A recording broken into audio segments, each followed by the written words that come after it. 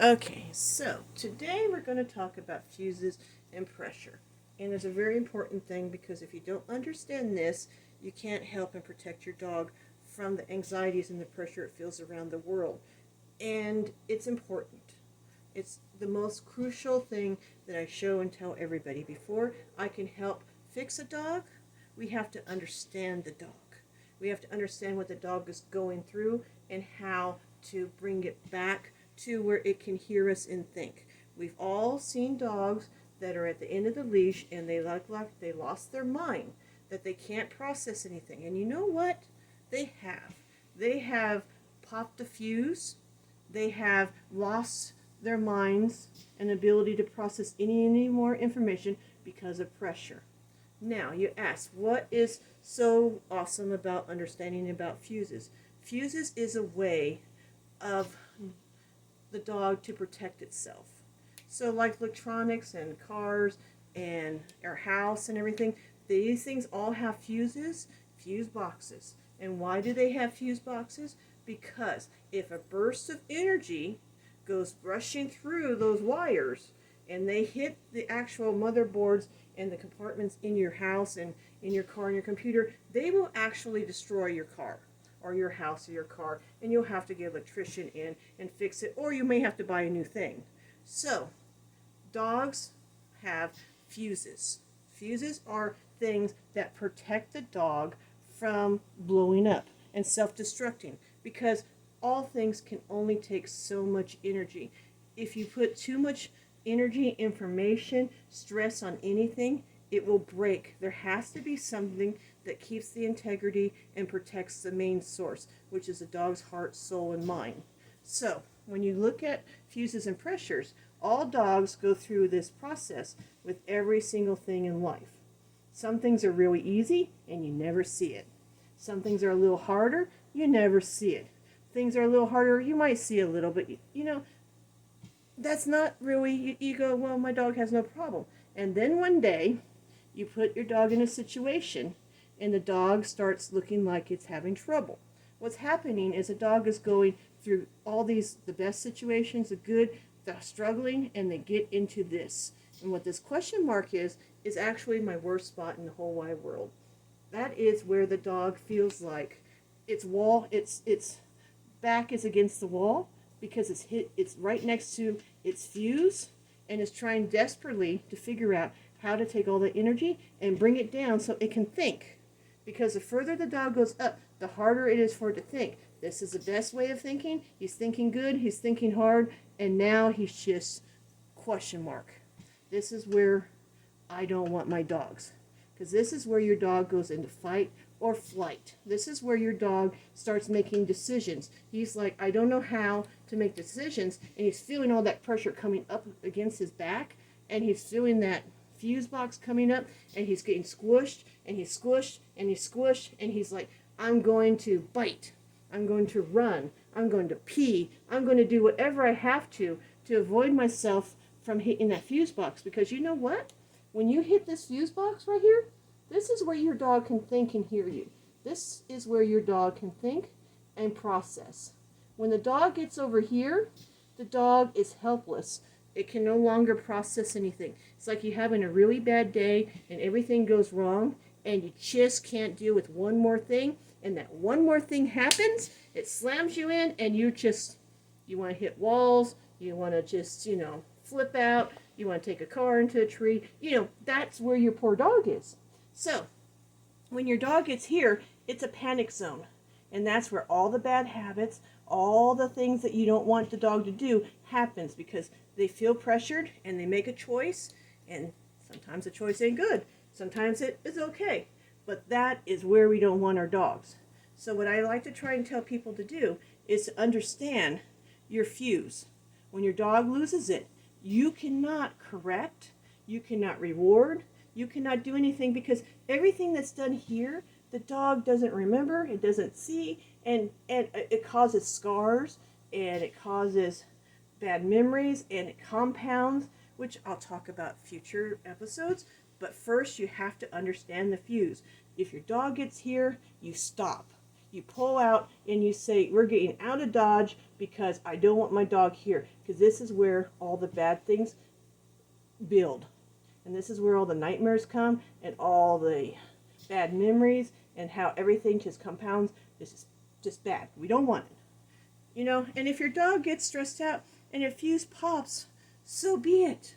It's fine. Take your dog out of this situation. Take your dog further enough away from the situation so that the dog actually clicks back in to hard or good or best, where they can think.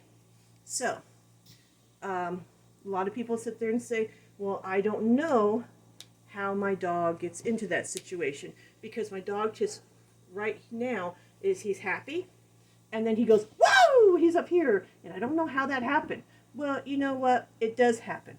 But the thing is if your dog has experience of going the first time, doing it like this and go boom, then each time he does it, he gets more confidence and more confidence and more confidence and he gets there faster. But the signs are still there. So your homework for you to learn and understand your fuses and your pressure to be able to start training your dog and help your dog is to understand the signs. So when your dog's here, he's happy, and when he's starting to move over here, he'll give you signs. And the signs are not always the same.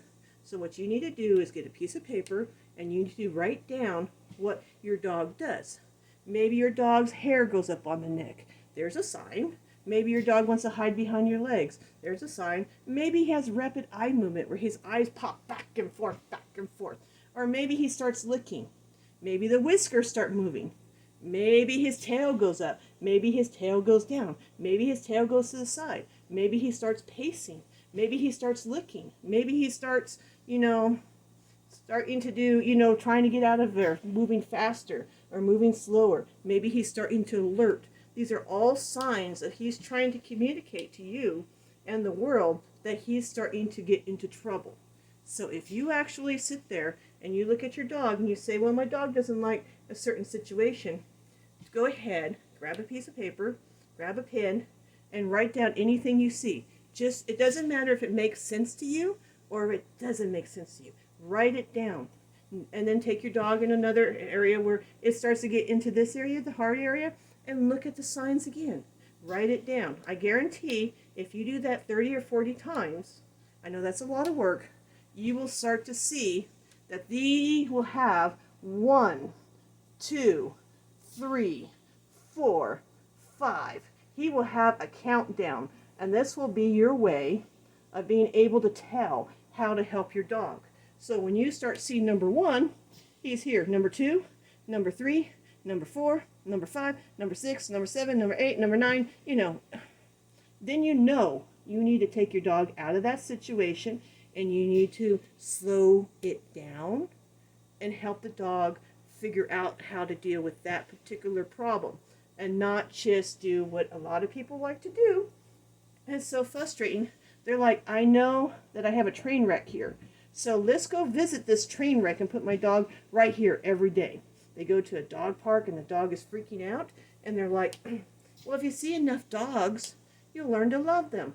But when you have this question mark here, well, he starts making decisions on what he's going to do. He's like, am I going to bark at the dog? That didn't work. Am I going to run from the dog? That didn't work. Am I going to growl at the dog? That works. And so all you're doing is teaching your dog bad habits here because he can still think, okay?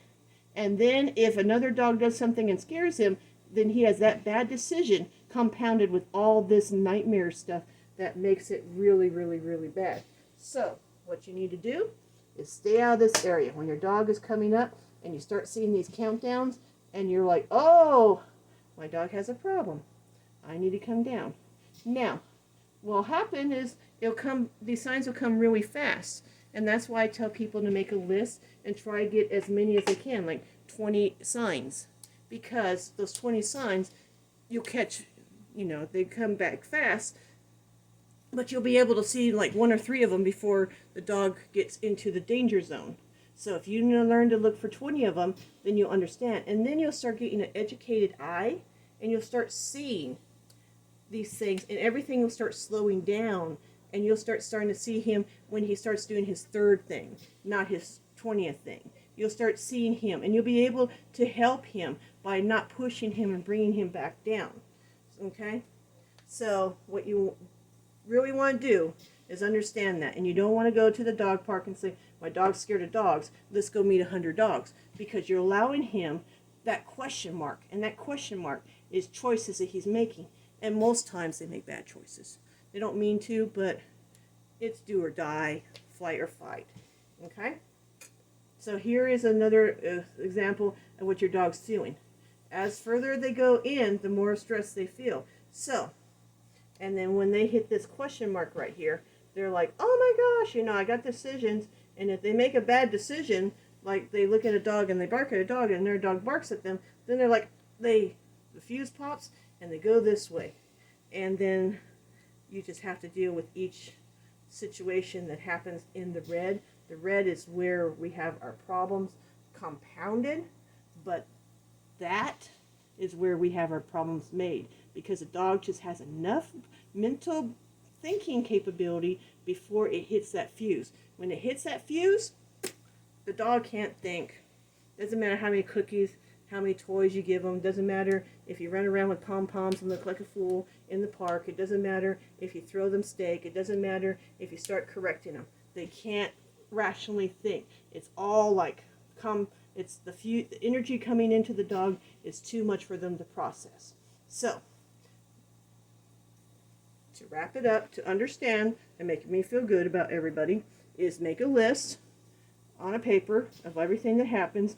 Learn to follow your dog and see how they move up the chart. And understand when the dog fuse pops. Take your dog out of the situation. Okay? It's no good. Don't even try. If your dog's getting into the question mark right there, take him out of the situation, please, too.